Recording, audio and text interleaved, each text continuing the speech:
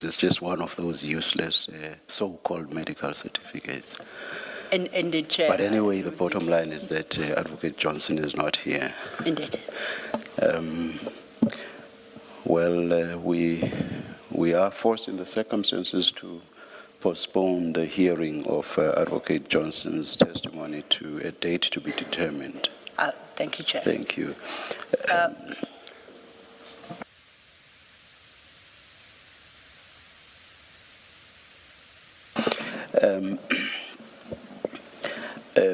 Something we discussed as commissioners was perhaps whether there is a way in which you could explain, but of course in my own head I think I already know why not, but a way in which you could explain, perhaps for the benefit of the public, because the public may be wanting to know why are they not proceeding in the same way they did with Mr. Mike van Wyk, the same way we did with General Khan.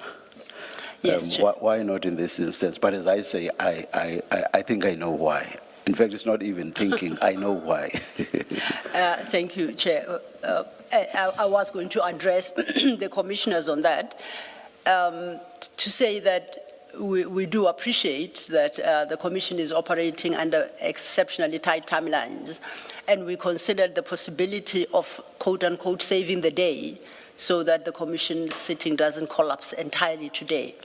We considered that as an option, but ever so fleetingly, because the nature of Advocate Johnson's testimony does not lend itself to that kind of approach.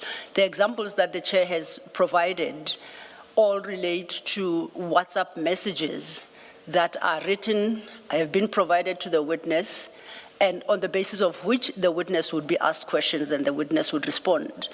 So that allowed the evidence leaders to place that material on record without the witness, reserving, of course, the witness's right to come back at a later stage and respond thereto. Also with the evidence leaders drawing inferences as they went along, yes, on what they make of the chats. Indeed. Yeah. What I have are two statements, a statement and a supplementary statement from Advocate Johnson, both of which are narrative in nature. I don't have WhatsApp messages to engage or to share with the commissioners, and the only option would be to read her statements into record. But her statements are responding already to questions already posed. So at best it would require me to go find the question and then read for you what she says, where she can sit in the witness box and give the narrative as she has set it out in her papers.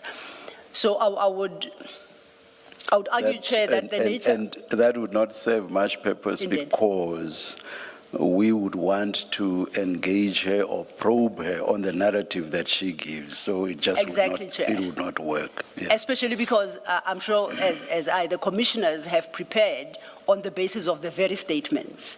So to have the statements read back to you that you've already applied your minds to without the ability to engage, because you can engage me on them, I think wouldn't serve much of a purpose. Yeah. So my short response would be, unfortunately, the nature of the testimony of Advocate Johnson doesn't lend itself to that option.